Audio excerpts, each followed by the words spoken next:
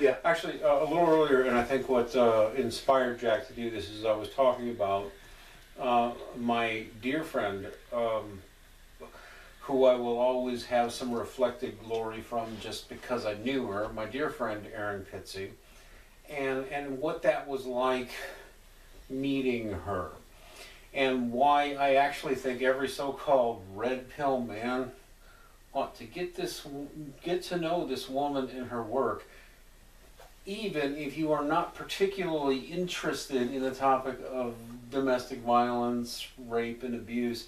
Even if those things don't interest you that much, getting to know her and her perspective is astounding.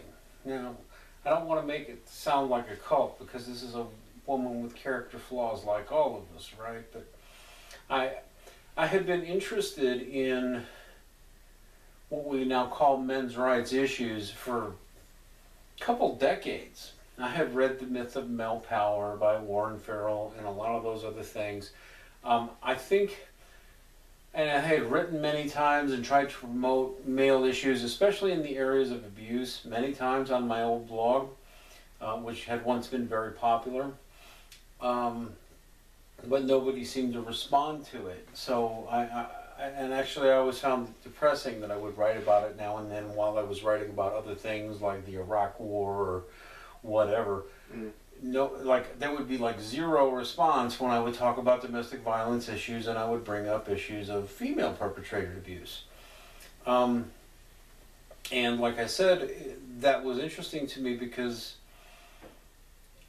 I was concerned about the issue of domestic violence and intimate partner abuse because I grew up around it and didn't even know that it was abuse until a certain age. Sometimes quite a late age, because behaviors you could now call abusive were just sort of normative when I was growing up, right? That were just in the air, like. And I'm actually, this is not even a personal example, but no, I saw it, random spanking of a child just to shame him was part of my upbringing, right? Which is, hopefully, it seems to be less normal now. But I saw a lot of that when I was growing up and experienced a lot of it. But the bottom line is I knew there was something just dead wrong about the narrative, and I did some research on it that confirmed, yeah, no, I'm not weird. I did have an abusive mother. And by the way, my father had some patterns of abuse too, and this is not an indictment of either of them, because we got to remember I'm 49 years old. When I was born, my mother was 16 and my father was 17. So any resentment I have towards my parents for bad behavior, at some point, that's me being mad at a teenager at 49 years old. I mean, okay, 10 years ago, it was more like I'm mad. I'm 39 and I'm mad at a 20-year-old. How. So I had, the pain of blame or whatever, or resentment toward my parents was more or less gone, but I knew the narrative was wrong. And the research confirmed it. So somehow when I got involved in A Voice for Men, I said, all right, we're gonna say fuck it. Because actually I used to be one of those guys who said, I'm a real feminist. I'm the real feminist. I was that guy for a long time. I'm a real feminist. A real feminist doesn't play victim. A real feminist knows the wage gap is mostly BS. Whatever there is to it is exaggerated by far. It's 99 cents on the dollar is the most pessimistic way. So I already knew the wage gap was bullshit. I already knew the domestic violence stuff was bullshit. I think the last tier for me was, I still held on to the rape bullshit that they believe. I was like thinking they were right about that mostly. That rape is like 9 to 1, nothing but predatory men with their predatory penises taking out vulnerable vaginas. Like that was the model of what rape was. And eventually I realized how wrong that was too. But anyway, at the time when I said, we need to talk to Erin Pizzey, we need to talk, and it was me, but it was all of us. I'm like, we're the men's rights movement. We know who she is. We've read her stuff. And something in me said, okay, now we need to know her. One of us does. It has to happen. We have to. Yeah. I don't know what's going to happen, but this has to happen. So it was actually quite the hunt. I remember that I joked about it when I made my presentation about it for the International Conference on Men's Issues, but it was serious. I actually had multiple contacts with her before we could finally figure out how we'll actually get on the phone, you know. And then I just got on the phone, and I had a list of questions in my head, but that call, that interview, if you go back and watch it, that really was literally our first contact. Verbally or whatever. Yeah. I'm just like, there's a little bit I cut off at the beginning. All right, can we just go ahead and roll this? And can we just, I just record all this? She's like, fine. Do you care? I'll just, and then boom, and that's a conversation, and it just rolls. And I'm really proud of it. I think it's the best work I've ever done still to date of that interview. But then the grand benefit I got out of that interview was getting to know her as a person. And here's the thing. Someone might be listening to this and say, I'm being worshipful of Erin. And I don't want to get people to hear that. Although I do admire her more than any human being I know. She's a person with flaws, and I've seen her make mistakes, and I've seen her lose her temper, and I've seen her be petty. She's a human being, right? But she's wiser than anyone I know. And one of the things that I find consistently coming out of this I think she's 76 or 77 now. Call her, late 70s. From Britain, who's also lived in the United States, China, and several other countries, is that consistently, whenever I talk to her, she is what we would call red pill. She's red pill. I mean, she'll call bullshit just like I will on some of the extreme PUA stuff. Yeah. Or the extreme whatever, but the big toes and just the guys who are just over the top. Yeah. But when it comes to basic things, she gets it, and she's always got it. Right? So when I say something to her, and I wish you were here, but I say something to her is like, some would say that women fantasize about rape, and she just jumped right in and interrupt me and said, well, of course we do. We always have. 50 million women came out on 50 Shades of Grey. What are you talking about? Of course that's in every woman's psychology. And I'm talking to a 77-year-old, or I'll call, a woman who's one of the world's foremost experts on domestic violence, and that just comes out of her mouth, and I'm like, okay. I had always kind of thought that. Yeah. But she didn't have to go out into any MRA forum. She didn't have to read A Voice for Men. She didn't know what it was. She'd never been to Roosh or Royce or any of those guys, and she just knew. Yeah. And she still, Well, I mean, and I tell her that a woman can rape a boy, and she said, "Why would you think not?" Yeah. Now that's a radical idea. Well, I mean, I bet she's seen it with some of the women she worked with in her shelters. Exactly. She's seen it. She's dealt with those women. Right. And the strange thing, she doesn't even hate them. She's trying to help them. Yeah.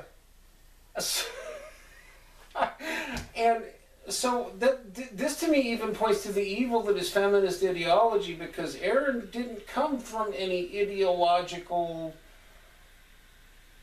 evolutionary psychology, what the fuck ever. She said, I see some people in pain who need some help. I'm going to figure out how to help them. And she's just seen every level of depravity in humanity from having made that call. And she gets what human behavior is. Women can be evil, men can be evil, women can inflict terrible pain on men without lifting a finger. Women can inflict terrible pain on men, and she just gets that instantly. Yeah. In fact, one of the strangest things, and really, anybody watching this, go listen to every show I ever did with Erin, and listen for Erin. But every kind of evil there is, she has seen. And the one thing that I also, and I hold on to this myself because I become sometimes jaded and sometimes so angry at the other party that it leads on hatred, and she always holds on to it that, you know, the person who abused you was almost certainly abused. Now that is not grounds, that is not an excuse for anybody. In fact, if you have a chronic abuser and you want to help them, you don't excuse anything they did, but you talk about, well, what led you here? Did your daddy abuse you? Did your mama abuse you? Did that happen? Not to blame anybody, I just want to know, did it happen? And if the answer is, well, yes, I'm like, all right, well, how did that make you feel? And that becomes a real long rebuilding process, which if the abusive person is truly willing to do, they can overcome all that. They truly can. You know, I have, you know, I'll give you a hypothetical. This is not me, but you know, you talk to somebody who said, yeah, I once whooped the shit out of my little sister so bad that, you know, it's 20 years later and I still flinch every time I see her because I know I did that to her. If you could confront that and maybe even talk about that incident with her and maybe others if they need to hear it and maybe not others if they don't, there will be a powerful healing experience from that for both of you. And that's the kind of compassion that we sometimes don't see for the abuser. Do you see what I mean? Yeah, trying to help the abuser not be an abuser. Because there's some pain that drove them to that in the first place.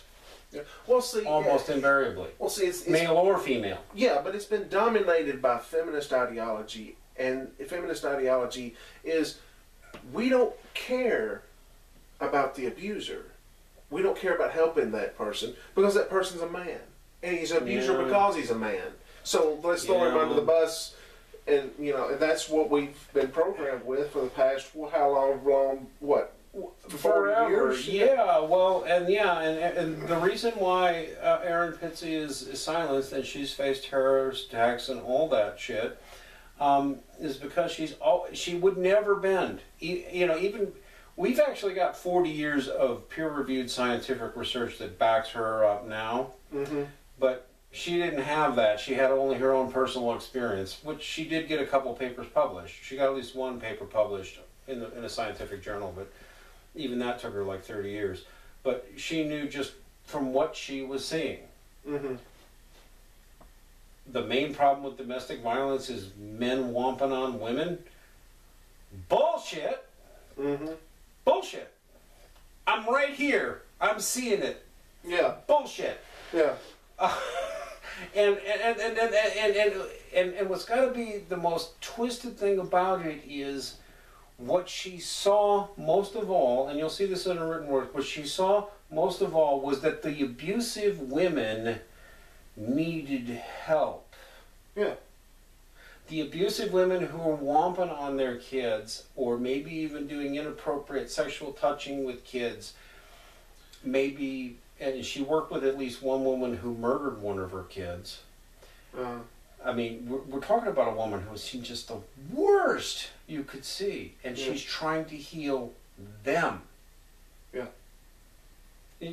I mean, that's the thing. I mean, you talk to a guy like Paul Elam, my good friend, or even me, and we want to go after the abuser. Yeah. Which is appropriate in the right context. But once you have the abuser and you've isolated them so they can't hurt anybody anymore, probably the biggest thing they need is help. Because they have a demon in them. Call it religious or whatever. They have a demon in them, or they just have bad impulses from their chemistry and their wiring or whatever. But ultimately, that is still a human being who wants to be loved.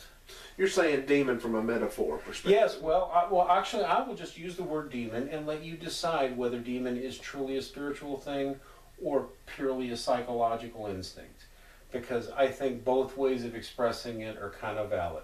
Even if you're an atheist, if I say there's a demon in you, I can still say that because it's something in you is making you be the bad person that you're ashamed of because you're beating on a little kid or whatever.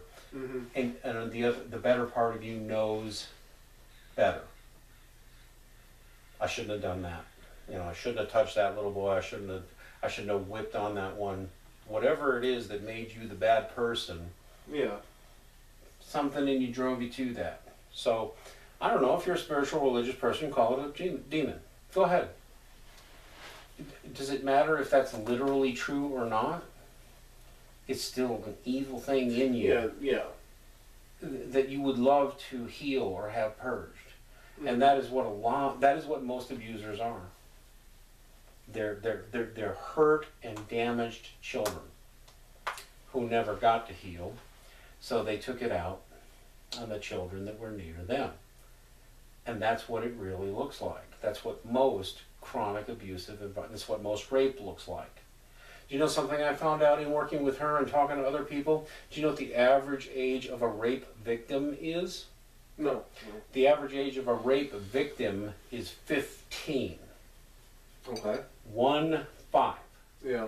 If you take out some sort of artificial construct that you're making to say, well, below this age it's child sex predator, and above this age it's rape. Mm-hmm. If you just remove any such arbitrary distinction, the average age of a rape victim is 15.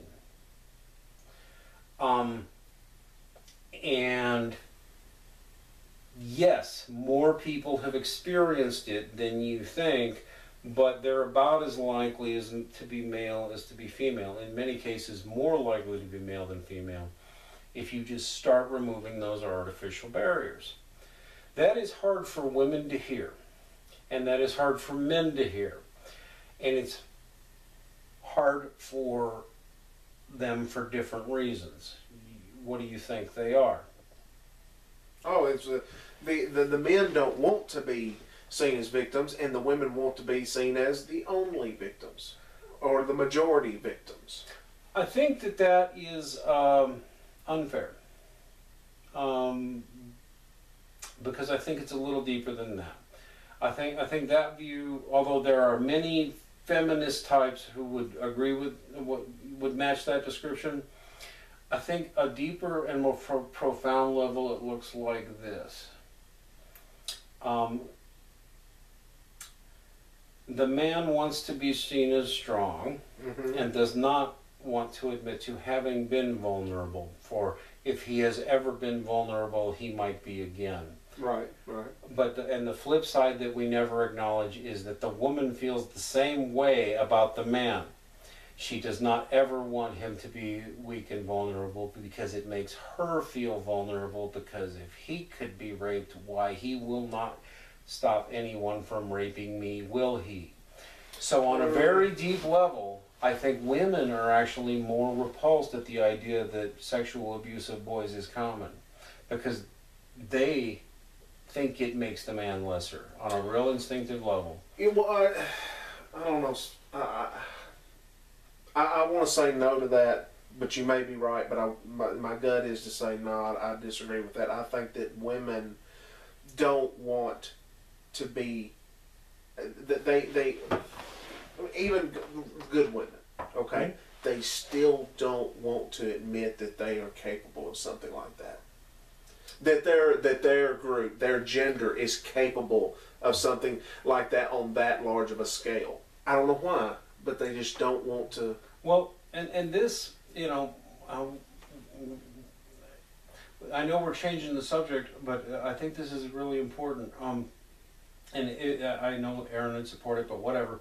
This is so important. People are real uncomfortable, super uncomfortable at the topic of women abusing or murdering their children. Yeah. And they're so uncomfortable with it that they are helping to get children abused and killed because they won't fucking talk about it. Yeah. That's like the number one thing, because everybody cares as much about child abuse as anybody else. When you are making excuses and looking the other way, this is not about attacking You're women. enabling it. How many children are getting abused because you won't look at the mother? Mm-hmm. You just won't look at the mother. Right. Or you'll even find excuses like her man beat her, so that made her beat her child. Wait a minute. So you just described a woman and a man who are beating on each other, and the man is beating on her and she's retaliating on the child. You're putting that all, like, the woman who's actually hitting the kid has no responsibility here. Mm-hmm. That's the way they talk. Yeah. Right? Because the man was beating me and then I beat the child. Wait a minute. You beat the child. Can we focus on that one for a minute? Not to shame you forever, but can we please focus on the fact, lady, that you were beating on your child? Exactly. Because it's like remove responsibility for her actions when you are, wait a minute, no, we need to hold you accountable for your actions. But that doesn't excuse what he did, the man, the husband, or whatever. Yeah. It doesn't excuse what he did, but you are responsible for what you did. Yes. But well, that goes back to victim blaming. You can't teach a woman how to defend herself against rape because that would means that she would be responsible for. I understand the impulse. I think we all understand the impulse, which is to say, all right, but the guilty party is still guilty, right? But still, removing all responsibility on the victim. In fact, if you look into some psychology of victimhood. Because, by the way, all of us, yes, all of us, even you conservative Rush Limbaugh guys who are like, I'll never be a victim. Now, we've all been victim of something or other. It's happened. Yeah. Whether it's a disease, whether it's getting beat up at school, whether it's getting hit by a car because you looked the wrong way. You've all been a victim of something. Here's what the most important thing about what I would call healthy victimhood is you recognize something traumatic happened to you that was awful. Yeah. You kind of analyze, how did I get into that situation? And is there anything reasonable I could do to avoid it in the future? And then can I move on emotionally? That's like a good process to have. Mm-hmm. So whether it was anything from a rape to, I don't know, home invasion to burglary to fire, whatever. Yeah, how did that happen? Yeah. Exactly how much of that is my fault, and don't try to overblame yourself. Well, yeah. But and then how can I do better? That should be how can I do better? And well, how can I stop that from happening again? How can I stop that from happening again? That's the right. And then we move on with our life, and we've learned something. This perpetual toddlerhood of, they both go together, right? Because we've exaggerated the amount that we've underserved male victims, and then we've done this weird thing to female psychology at the same time, to make them feel like content, like any minute now, a random man with a giant boner is just going to come jumping on you. We're teaching our girls to think that way. Yes, and listen to this. I want to get your opinion on this, okay? This whole victim blaming thing, right? About you can't take a rape victim, at least a female one, and say, let's look at what you did, and let's look at what you could have done different to where you wouldn't have been in that, you would not have been in that situation. And the genuine answer might have been nothing. Yes, but absolutely. In most cases, there will have been something. Well, small. I said something to one. I said, you take an 80-year-old woman. She's at home. She locks her doors, locks her windows, sets her alarm, goes to bed, and some guy breaks in and rapes her. She did not do anything wrong. Right. Nothing. There was nothing she could have changed. But most of the times, you're right. There is something there. But think about this: when you take a rape victim any victim of anything, and say, there was nothing you could have done. That is the worst thing you could possibly ever say to them, because you're telling them, that's right, you have no control, therefore you can't stop it from happening again. If you have no control at all. And you're never safe, ever. Right.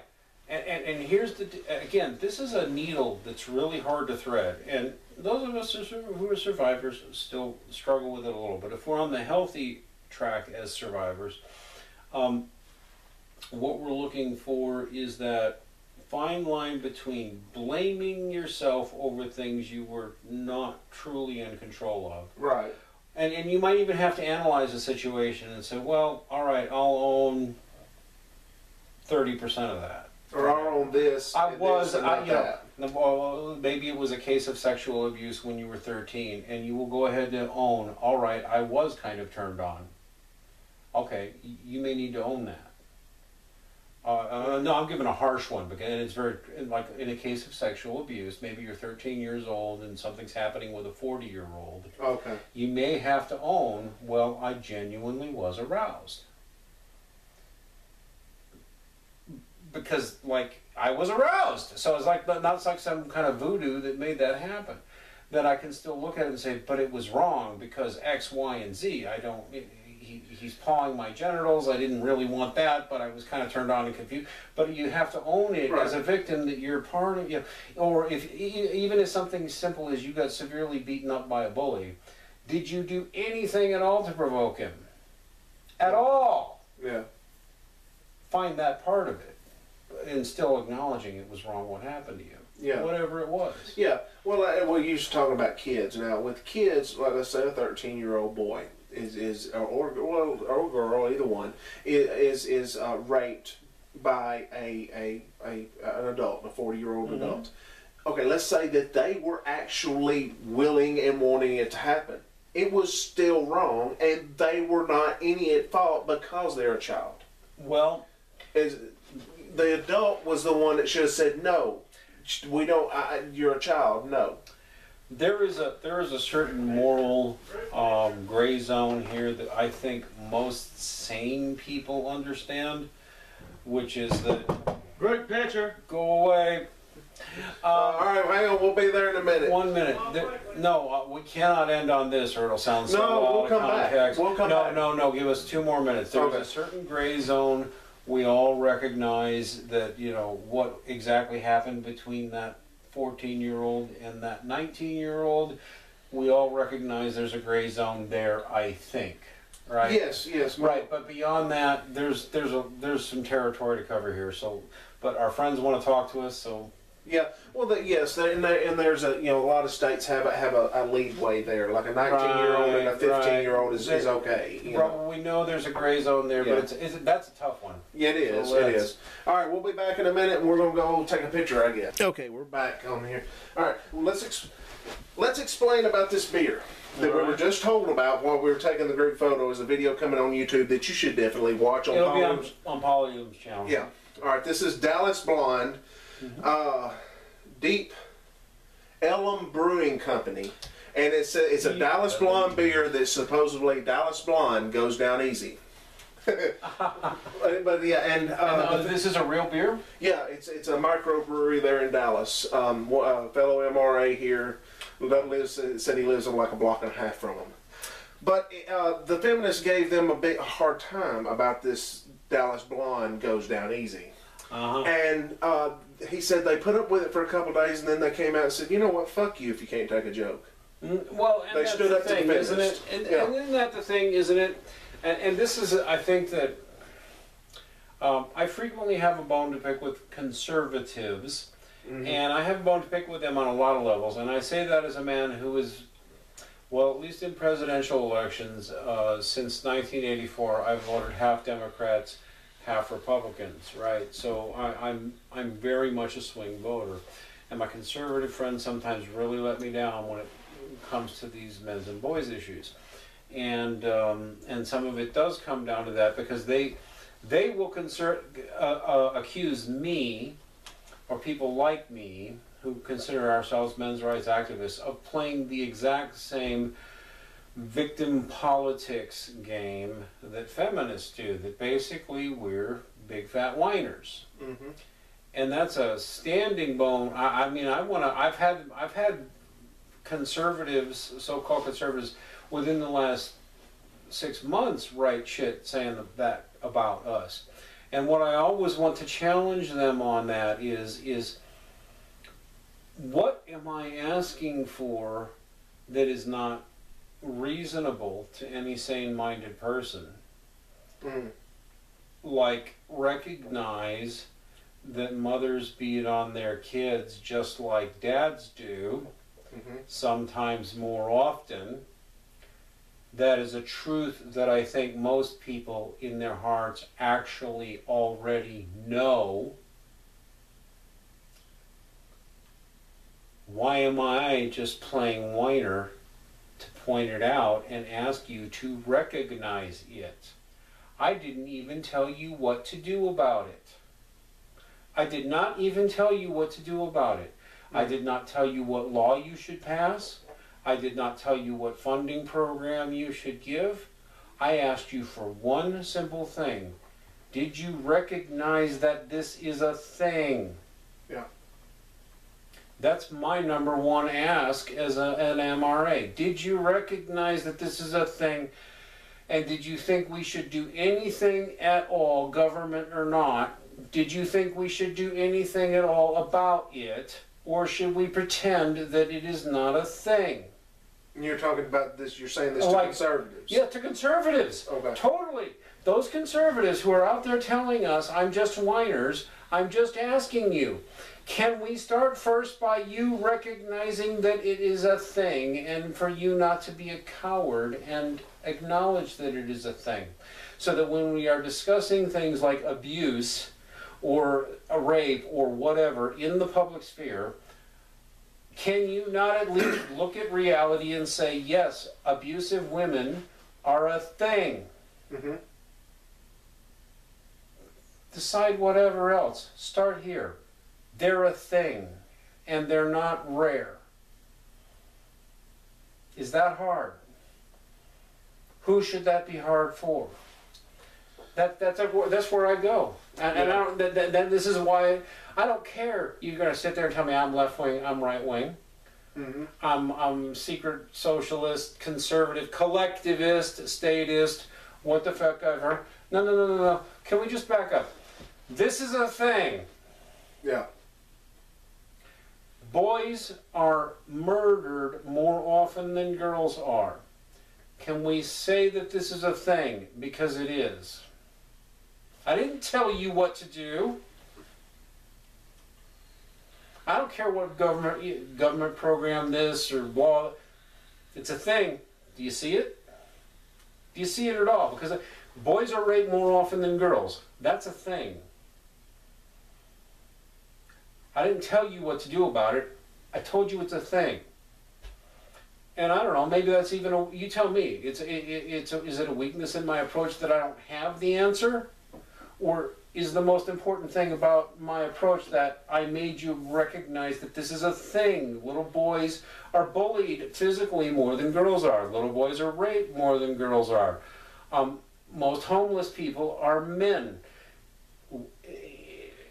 Most school dropouts are men. Most in prison are men. And that's a thing, and at least the feminists will acknowledge that some of those are things, but they seem to want to like blame those men or put it on the blame of something they call patriarchy. But when you talk to the conservatives too, but I'm like, wait a minute, back up. All right, the feminists are saying some really stupid drivel. But did you miss the fact that this is a thing? Did you miss the fact that women womp on their men actually slightly more often than men womp on their women? Did you notice that that's a thing? Because that's a thing. Women hit their men more than men hit their women. Did you notice that?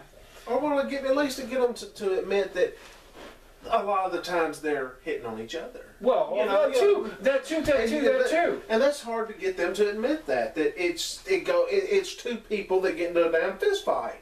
basically. Oh, so, yeah, in fact, I'll give you something. I'm here in the down south. I was born in Texas. I moved to Chicago when I was a kid, but mostly up north. My southern drawl comes out when I'm talking to my friends who have it because I was born in Texas. So if somebody thinks I'm faking, no, it's just I pick it up. It's part of my roots. But I lost my place, but it all goes down to, and I don't know who's more at fault, but I think it is actually. Take away the feminists, whose bigger fault is it? It might be conservative men or just men in general, because men just don't like to hear that women can be horribly abusive. Just like... No, we don't. We really don't. We don't want to think about it. Exactly. We don't want to think about it at all. We don't. And we don't want to hear it. We don't want to think about it. We don't want to... We certainly don't want to see it and have to look at it.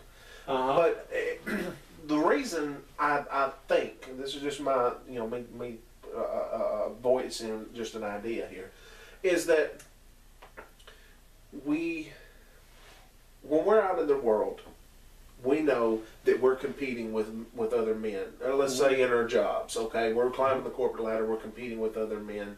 We're competing with... Men are in a way the enemy that we're competing with. In that sense. Yeah. Yeah. In life. And we don't always want to look at it that way, but we recognize that it's a thing. Right. We have male friends and all this kind of stuff, but we recognize that we're not competing in life against women, we're competing against other men. Yeah, pretty much. When we go home, we can drop the shield that we have to put up to defend ourselves. We can drop so, anyway. Yes. We go home, we drop the shield, we drop the sword, and we are at peace, and we're comfortable with this loving, caring person that we're not competing against. And we want to think of women that way. And we do not like it when we find out that they're, not all of them, but some of them are not that way. That some of them, that the worst threat is at home. Because at home is where we're supposed to feel safe. Yeah. From the outside world. In fact, from an attachment psychology or whatever, it's going to be a very powerful thing on both women and men. Like, I wonder sometimes why we talk about how men overfixate on their mothers when, if you ask me, women folk fixate on their mothers more than men do. But, but maybe it's a 50-50. Anyway, we both do. Everybody fixates on their mother because that is your primary point of attachment from before birth. Well, if you want to call it from before birth, or if you want to call it right. Hey, everybody! We're recording here. Everybody, it's Tom Golden. Everybody's Tom Golden. How long can it be? Yeah, you can come on in, or you can come back in about 10 minutes. Tell me my keys. Oh, okay, sure. Thank you. Sorry about interrupting. Yeah, that's all right. We're doing an impromptu thing here. We're sharing. This is my little motel room, if you want to call it that, and I'm sharing the room with Tom Golden, so that's the reason he was in here. So attachment psychology to me is very deep and much more important than what sometimes gets called evolutionary psychology, because there's a lot of problems in what they call evolutionary psychology in that it does not always match the evolutionary record, and so there's a lot of bullshit in it because it's not matching reality. But in any case, there's this thing called attachment psychology, which appears to be legitimate, which is that, pre-birth and certainly from the moment of birth on, every infant is looking for a bond, what we may call attachment. And we're sort of pre-programmed to look for 4, 5, 6 specific types of attachment that we're all looking for when we're born. And we recognize mother, and actually, contrary to popular rumor, this is not a social construct. We recognize father. In fact, most infants come out of birth actively seeking the voice of their father.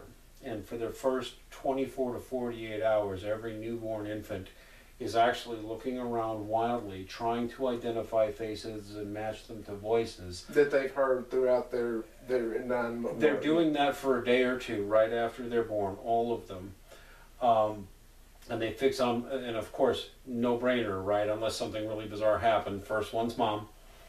Yeah. Just to give him, you ladies win on that one, right? But the second one they're always looking for is dad. They are looking for dad, and they almost always recognize his voice immediately after birth and fix, bam. And most dads who've had the luck of being there when their child was born and holding them right after will tell you that their child looked them right in the eye and they looked him in the eye and they knew each other in that moment. Yeah. And something changed in them in that moment that will never, it was as big as hitting puberty or anything that else that ever happened to you. Well, guess what? That part of you may thought that was your special moment. Every man feels that just about as deeply as the first time a woman gives suck. It's that profound a level of attachment, and that's built into you. Which is why when I say it often, fatherhood is not an idea. Fatherhood is a biological state. It's not a mimetic idea just planted in your brain. No, that was built into you. That's what actually separates us in many ways from the other primates. And so that's, all of that gets back down to the feminist narrative is so destructive because, and the conservatives miss it sometimes too, is they'll think things like fatherhood is what made civilization. Well, civilization didn't invent fatherhood, but fatherhood was a necessary ingredient to make civilization happen. Yeah, I'll agree with that. Yeah. And this is what I see in some of the other guys who are products of single moms and who are in their teens now or early 20s and never really knew their dads. They have this idea that fatherhood is just like an abstract concept rather than a bond that is stronger than any bond you can imagine with anybody. And in any case, this goes to something called attachment psychology, which is that from birth we're looking for certain people to attach to, the ones we would cling to, the ones we would always know we need in life. We recognize first mother, probably. Father, very close second. Way close second than anybody thinks. And then we recognize instinctively siblings. And we recognize instinctively, we have words for things like aunt and uncle, but that denies the deeper reality that we knew what that was before we came out of mom. We recognized what kin was. That's also built into human psychology and not just an idea. Do you know what I mean? Yeah. And that's why I get impatient sometimes when people talk alpha, beta this, and this or that, mating strategy that. Did you forget that if you look at all of anthropology and all of psychology, we are pack animals. We run not in herds, but in small packs based on who we are most closely bonded to from birth. Our mama, our daddy, our brothers and sisters, our cousins, our kin. I mean, I'm using Southern language, but Southern American language, but you go to Saudi Arabia, you go to Monaco, you go to Japan, it's the same fucking structure. Because if it was a social construct, it would be different from one culture to the next. Right. And it's not. I mean, okay, some of maybe the cultural, how should I say this? Like the ceremonial stuff may be different in different cultures. Oh, sure. But mom and dad, it's the same. It pretty much is the deal. I mean, you'll find the exceptional culture where they value, give women a higher status or lower status, or men a higher status and lower status. In the grand scheme of things, yeah, it almost always, 9 times out of 10, it works out the same way. This loose structure where daddy and mommy are taking care of their immediate children. Daddy is mostly taking care of external affairs, and mommy is mostly taking care of internal affairs. And what we miss, and this is what's wrong with the conservative vision of like Warden, June Cleaver, Leave It to Beaver, whatever, the Brady Bunch. No, it doesn't just end, financial and other responsibility just doesn't end with dad. Hopefully his brothers are there to help him. Hopefully his own dad is there to help him. Yeah, the actual traditional family was grandma, grandpa, mom and dad, and kids. Yeah, that was the tradition. Actually, and if I we want lived to and use, saw parts of that. Just although it's eroding now, I'm old enough. I saw parts of that. yeah, well, And if we wanted to use a television show that was The Waltons. the Waltons were better than Leave It to Beaver. Some moron's going to hear that come out of us and say we're worshiping some TV show ideal. No. Using it as an example. And actually, if I looked at any television show from that era or from plus or minus whatever, that one show above the others shows what's more natural. The Brady Bunch, for example, was horribly unnatural. One man is wealthy enough to support a wife, 6 children, including 3 who are not his, and a maid full-time, and that one man is able to do that. That's not most people or most men. No. In fact, I would say that's not even most millionaires. What are you talking about? I mean, no, you can do it. Like, I know Mitt Romney did it, and praise him for it. He's got a family structure like that. But that's a real rough road to ask anybody to hoe. Yeah. Incredibly. And historically, the more norm is grandma and grandpa are there. Aunts and uncles are there. Within holler and distance, as they'd say in the Old South. Well, no, okay, no, wait a minute. Now, you did have large families back then, but it's because, we had all these kids. These kids worked in the fields. Yeah, and they actually. And that's not necessarily good, but it was just reality. Yeah, it had to be. That's the way it had to be. Yeah. If we're going to put food on the table, you kids got to go out here and help work in the fields. Yep. And it was just the way it was. Now, usually there was one girl who helped mom. Okay. With the small ones, with like the little babies that Mom Junior. Right, and she would help mom by changing diapers, washing clothes, giving the babies baths, and all that stuff with the little ones. But once you were 8 or 9 years old, your ass was out in the field, and the reason for that is to put food on the table. But it was not dad's going out and working to put food on the table for all 12 kids and his wife. No, that's right. That wasn't how it was. Right, and that's the illusion, or maybe the Hollywood illusion or whatever, the fiction illusion. And it does go the other way, because you just noted how much the division of labor was very blurry. Yeah. Moms mostly did certain things, dads mostly did certain things, and you just focused on the moms. What you'd probably also say about the dads is, I guess, is it was more blurry than we like to think. They spent a lot more time with their children. Yes, absolutely. A lot more time. And cuddling and kissing them, by the way, very normal behavior. Yeah, and it was teaching. And teaching, that's right. In fact, if you look through history, I can tell you from the anthropological record and the real evolutionary record, it appears that, all right, if you're a creationist, just call this nonsense and forgive Dean for it. I'm not a creationist.